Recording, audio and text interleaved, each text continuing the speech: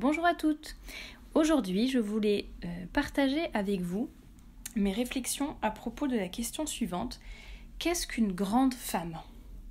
Alors, à l'heure actuelle, dans notre société, une grande femme, c'est plutôt une femme qui est libérée, une femme qui est indépendante, qui se suffit à elle-même, une femme ambitieuse, encore une femme influente, une femme qui a un corps de rêve ou qui a un certain statut social.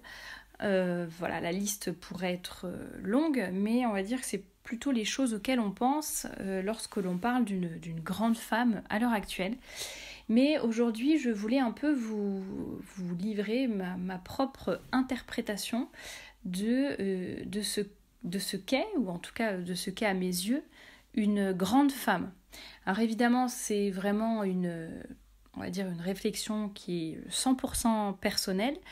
Je vous invite d'ailleurs, si vous le souhaitez, à compléter ce portrait dans les commentaires si vous le souhaitez, et d'ajouter un petit peu tout simplement votre propre interprétation de ce qu'est une grande femme à vos yeux aujourd'hui. Alors pour moi, une grande femme, en tout premier lieu, c'est une sainte femme. C'est également une femme humble, une femme qui est pleinement femme, vraiment féminine, que ce soit extérieurement et intérieurement. Une femme qui est courageuse, une femme qui a de l'honneur, une femme sur qui on peut compter. Une femme qui a l'humilité de reconnaître ses défauts et qui a de l'ardeur pour les combattre. Une femme généreuse et qui se donne sans compter. Une femme qui se met au service des plus petits et des plus fragiles. Une femme qui ne baisse pas les bras devant les obstacles.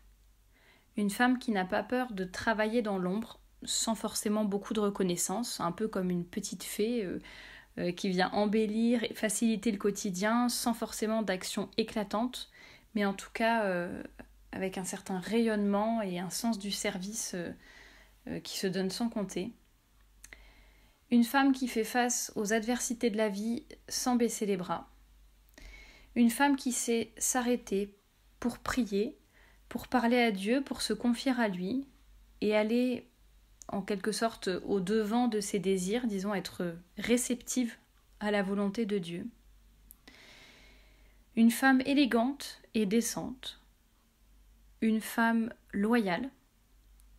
Une femme discrète mais forte, une femme qui sait rester à sa place mais qui sait aussi rester ferme et défendre ses convictions lorsque c'est nécessaire, une femme qui élève les autres par son exemple plutôt que de longs discours, mais par son attitude, son habillement, ses paroles, vraiment par l'exemple concret au quotidien qui élève les personnes autour d'elle, que ce soit dans un contexte professionnel ou familial ou amical. Une femme qui se respecte elle-même, que ce soit à travers ses choix de vie, ses vêtements, sa façon de parler, de se tenir.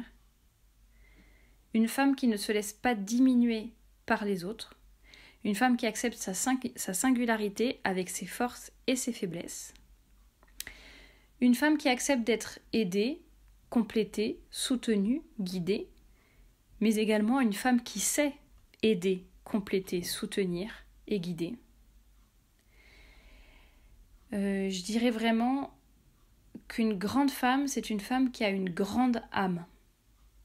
Alors bien sûr, cette liste pourrait être complétée avec beaucoup d'autres qualités, beaucoup d'autres caractéristiques. Je pense que cela dépend également du vécu de chacune, ça dépend également des femmes que nous avons autour de nous. En tout cas, je pense que cette définition n'est pas, je ne vais pas dire politiquement, c'est pas qu'elle est politiquement incorrecte, mais en tout cas, elle ne rejoint pas forcément les critères actuels de la grandeur d'une femme et de ce qui fait sa valeur dans la société actuelle. Je pense qu'à l'heure actuelle, nous sommes plus dans le paraître, en tout cas dans tout ce qui peut se voir, dans l'ascension de l'échelle sociale, dans l'image que l'on renvoie. Alors que vraiment pour moi ce qui est plus important, alors évidemment quand même l'extérieur et l'image a de l'importance aussi, puisque cela reflète ce que l'on est à l'intérieur, mais pour moi vraiment le plus important c'est l'âme, la sainteté. C'est pas forcément le fait de faire des grandes choses qui va faire que l'on est une grande femme, mais c'est plutôt de faire chaque chose bien, de donner le meilleur de nous-mêmes et de vraiment tout faire pour faire fructifier nos talents. Je pense que nous avons tout le potentiel pour être des grandes femmes, mais chacune à notre manière. Vous l'avez compris, donc une grande femme n'est pas uniquement une femme qui fait de grandes choses aux yeux du monde, c'est plutôt une femme qui fait de grandes choses aux yeux de Dieu, tout simplement.